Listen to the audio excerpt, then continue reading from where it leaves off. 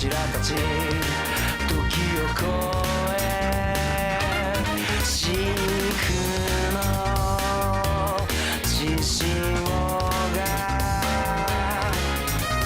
立ち上がる勇気を引き合わせる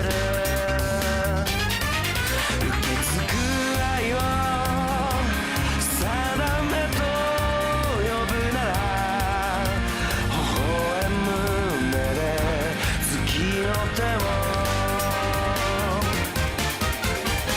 闇を欺いて切なを交わして刃すり抜け奴らの隙をつけ貫いた想いが未来を開く Like a burning soul 熱く Like a burning soul 血脈に刻まれた因縁に浮き上がる消えない誇りの絆握りしめて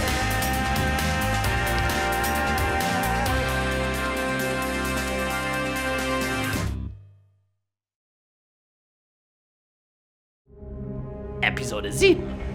Alberne Gerechtigkeit.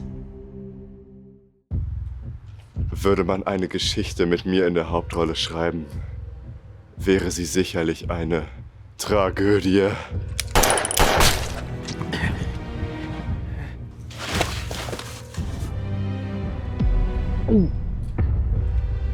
Der war einfach nur durchgeknallt. Hat so viele Unschuldige aus solch hinrissigen Gründen umgebracht. Dieser Abschaum. Du hättest ihn nicht gleich töten müssen! Er hat es nicht anders verdient. Johann, das kann ich dir nicht durchgehen lassen. Es wird sich noch zeigen, wessen Gerechtigkeit siegen wird. Johnny, reich mir meinen Ballermann! Ja, Chief. Johann, wer bist du wirklich? Ein verdeckter Ermittler würde nicht so ohne weiteres seine Ziele umbringen. Passen Sie auf, Chief. Dieser Johann scheint uns doch nicht so freundlich gesinnt zu sein, wie er vorgibt. Wir sollten uns lieber zurückziehen und uns mit Wurm zu dritt über die nächsten Schritte beraten. Zu dritt? Was ist mit Ferdinand und Luise?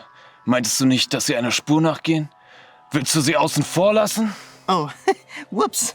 Den müssen wir natürlich auch noch Bescheid geben. Johnny, jetzt reicht's mir. Die ganze Zeit schon habe ich dieses miese Gefühl, dass du uns alle für dumm verkaufen willst. Es ist schlichtweg unmöglich, dass jemand so ungeschickt ist. Dass ich diesen Eindruck bei Ihnen hinterlassen habe, tut mir schrecklich leid, Chief. Ich versuche wirklich zuverlässiger zu werden, aber ich habe einfach nicht an Ferdinand und Luise gedacht. Ich habe sie einfach vergessen. Es wirkt tatsächlich, als hätte er so einiges zu verbergen. Und andere Motive, als er vorgibt. Moment mal. Kann es sein, dass du Ferdinand und Luise nicht erwähnt hast, weil du dachtest, sie wären der Phantom Troop zum Opfer gefallen? Und sie könnten sich uns nicht mehr anschließen? Zumindest hast du eben gerade so davon gesprochen. Ich wette, Ferdinand und Luise sind denen bestimmt auch schon zum Opfer gefallen. Aber bevor wir hier reinkamen, meintest du noch, du hättest sichergestellt, dass sie unversehrt an ihrem Ziel ankommen. Wir konnten nicht herausfinden, wer der Amtsanwärter ist. Aber Luise und Ferdinand gehen einer neuen Spur nach. Und ich habe sichergestellt, dass sie da garantiert heile ankommen werden. Ach, Chief, das sagte ich doch nur im Eifer des Gefechts. Ich bin mir sicher, es geht Ihnen gut.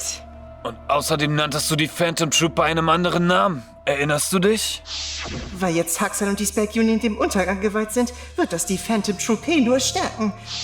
Troupé wird sie eigentlich nur von ihren Mitgliedern genannt. Oh, ach, das macht den Kohl doch auch nicht mehr fett.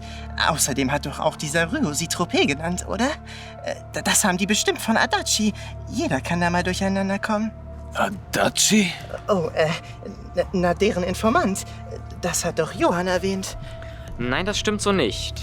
Ich habe euch gegenüber nie seinen Namen verraten und Ryo hat die Gänge auch nie Troupé genannt.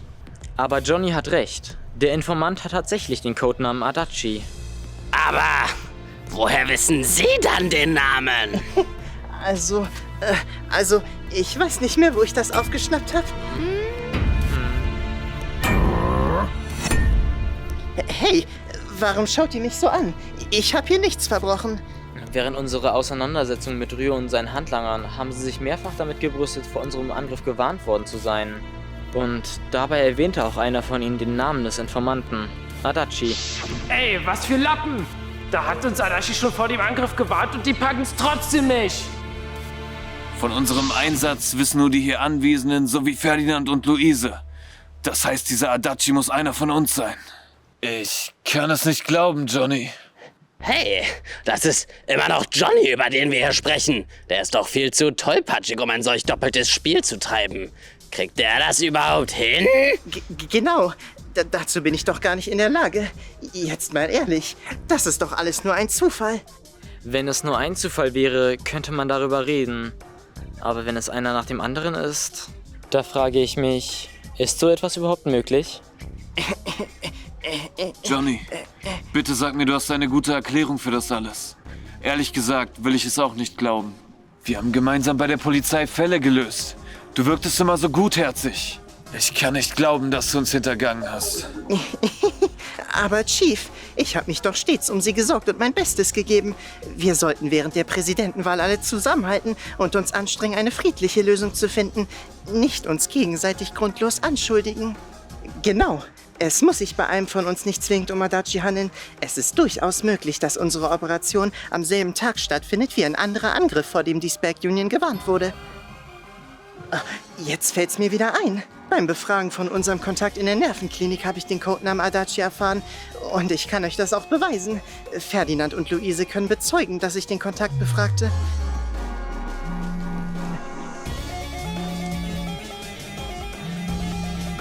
Oh, wenn man vom Teufel spricht.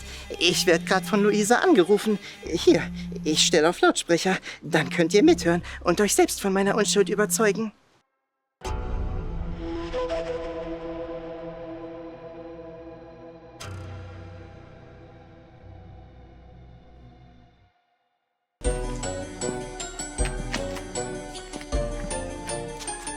Nanu, wo ist denn mein Handy?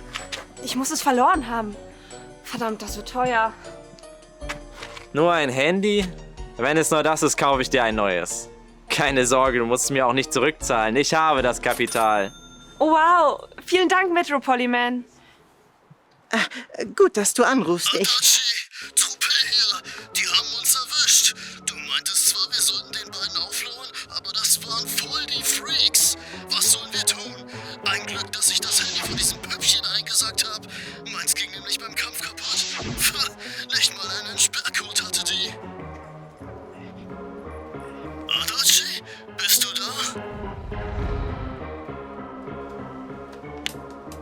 Dann ist die Katze wohl aus dem Sack, was? Dieser Informant Adachi bist also du, Johnny. Sie haben also nur vorgegeben, ein Hofnarr zu sein.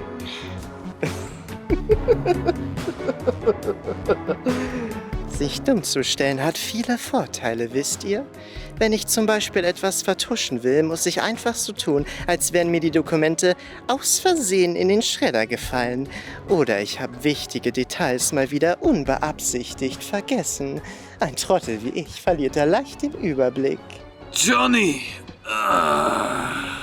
Als Polizist konnte ich leicht an die Informationen zu den Biker-Gangs rankommen und unter dem Codenamen Adachi mit ihnen in Kontakt treten. Jede Gang dachte natürlich, ich wäre ihr alleiniger Informant. Mit dieser Informationskontrolle konnte ich also leicht entscheiden, wer als nächstes miteinander einen Konflikt hat. Und diese Kontakte haben's genutzt, um Ferdinand und Mademoiselle Louise auf Kollisionskurs mit der Phantom Troop zu bringen? Wieso? Warum würdest du die beiden damit reinziehen? Sie haben dir doch nichts getan. Ach, Chief, Sie denken immer stets an andere, aber sorgen Sie sich mal um sich. Sie haben es also immer noch nicht begriffen? Mann, sind Sie langsam, Chief. Als Sie mir törichterweise im vollen Vertrauen von der Präsidentenwahl erzählten und auch erwähnten, dass man das Recht daran teilzunehmen weitergeben kann, da kam mir eine Idee. Wenn Sie mir sehr wohlgesonnen wären, während Sie kurz davor stünden zu verrecken und ich Ihnen vorspielte, an Ihrer Stelle Ihre Träume zu verwirklichen, dann würden Sie mir sicherlich Ihren Status als Amtsanwärter überreichen. Ich musste also eine eben solche Situation schaffen. So versuchte ich bei unserem kleinen Scharmützel gegen Instructor Rio und Raiden, sie der größtmöglichen Gefahr auszusetzen, ohne dass sie dabei zu früh draufgehen. Deswegen also hast du dich so übertrieben versucht, bei mir einzuschleimen, als du mich verarztet hast. Und es wäre auch fast genauso gekommen, hätte Raiden sie nur stärker verletzt. Dieser nutzlose, verdammte Bastard! Wäre alles nach Plan gelaufen, wäre ich nun ein Amtsanwärter und Ferdinand und Luise, also 2 meiner Kontrahenten, tot. Dann hätte ich einen geeigneten Moment ausgenutzt, um Wurm und Johann in den Rücken zu schießen und voila, ich wäre der neue Präsident. Warum? Johnny, warum? Was in der Welt ist all dieses Leid wert? Wieso bist du dann der Polizei beigetreten? Sie wissen das nicht? Ich bin Polizist geworden, damit ich legal eine Schusswaffe tragen kann. Das ist alles. Ihr werdet überrascht, wie viele es deswegen tun. Was meine Absicht, Präsident zu werden, angeht, ich habe nicht ohne Grund schon Kontakt zu den 3 großen Biker-Gangs aufgenommen. Es wäre doch schade, wenn eine von ihnen vorzeitig gewonnen hätte. Als Informant konnte ich sicherstellen, dass niemand von ihnen die klare Oberhand gewinnt. Aber das waren lediglich die Vorbereitungen. Mit dem Einfluss des Präsidentenamts werde ich auf einem ganz anderen Level Chaos stiften. Die Menschen werden endlich aufhören, sich etwas vorzumachen und angesichts der Verzweiflung, in die sie fallen werden, ihre wahren Farben zeigen. Diese Aussicht zu genießen ist, wonach ich strebe. An den Tag, an dem ich meinen Traum verwirkliche, wird sich jeder auf ewig erinnern. An das größte, schrecklichste und tragischste Ereignis in der Geschichte der Menschheit. Ach, kommt schon, Leute. Ich meine, wie viele Menschen denken wirklich darüber nach, was richtig oder falsch ist? Fast niemand, sag ich euch. Es ist nutzlos, sich über solche Dinge den Kopf zu zerbrechen. Selbst ohne meinen Einfluss haben sich schon viele Menschen kriminellen Organisationen angeschlossen. Ich bin lediglich der Funke, der das Pulver fast zum Explodieren bringen wird. Ich habe in dir versagt, Johnny. Ich habe in dir versagt. Ich kann nicht zulassen, dass du die Welt dieser Verzweiflung aussetzt.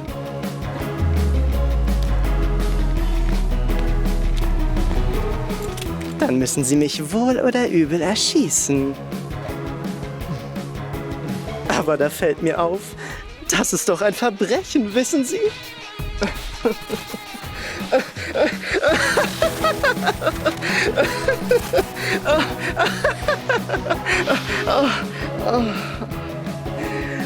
Dass ich vergessen habe, das Magazin nachzuladen, war natürlich auch eine Lüge. Ich habe vorhin lediglich sichergestellt, dass die erste Patrone gefehlt hat. Der Rest meines Magazins ist also voll geladen. Johnny, deine Beweggründe sind total falsch. Nicht alle Menschen sind so gewalttätig, wie du denkst. Ich glaube an das Gute in den Menschen. Auch in dir. Klappe, Klappe, Klappe! Ich glaube, Sie müssen mal sehen, wie es ist, wirklich um Ihr Leben zu fürchten. Das wird Ihren Kopf frei machen. Legen wir das hier endlich zu den Akten. Dies ist das Ende Ihrer albernen Gerechtigkeit.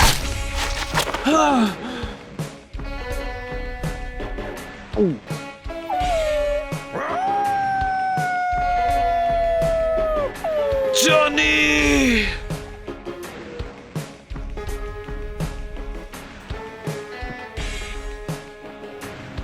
Verdammt! Diese Präsidentenwahl kostet zu viele Opfer. Diesmal bist du wirklich zu weit gegangen, Johann.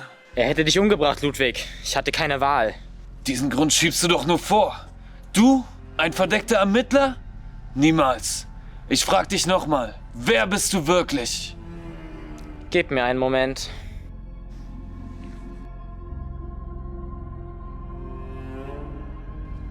Hallo? Ja. Ja. Ja, ich bin ebenfalls fündig geworden. Alles klar. Wie du wünschst. Also gut. Ich werde euch erzählen, wer ich bin.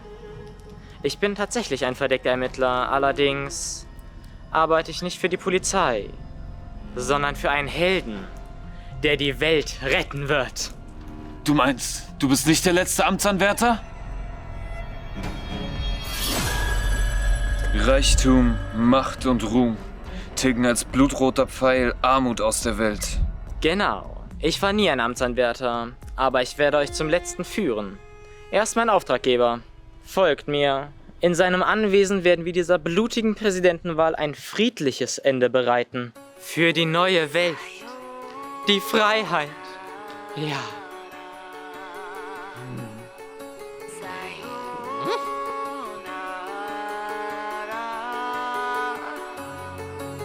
Ich wollte dich beschützen, was nützt dir nun mein Schutz? Wie Schwalben aus dem Nest fallen, hieß es Fliegen oder Sturz. Wir stolpern über Stufen, kein Schritt war je ein Sieg. Wir zwei vor einem Berg aus Angst, den keiner je bestieg. Doch weiter gehen wir. Die Entschlossenheit in deinem Blick pocht, hab ich niemals so gesehen. Und die Teufel aus der Tiefe schreien doch, all die Saints rufen unseren Name. Und der Himmel fährt in meine Brust ein. Soll ich steigen oder soll ich stehen? Renn hinauf, fliege raus, ich schrei. Bitte lass mich nie mehr gehen. Ich möchte wieder atmen. Ich möchte wieder sein. Ich möchte nur, dass du mir meine Hand hältst, nicht allein. Ich hör dich auf mich bauen. Gebäude stürzten ein. Ich will sie wieder aufbauen, all die Träume Stein für Stein. Und ich liebe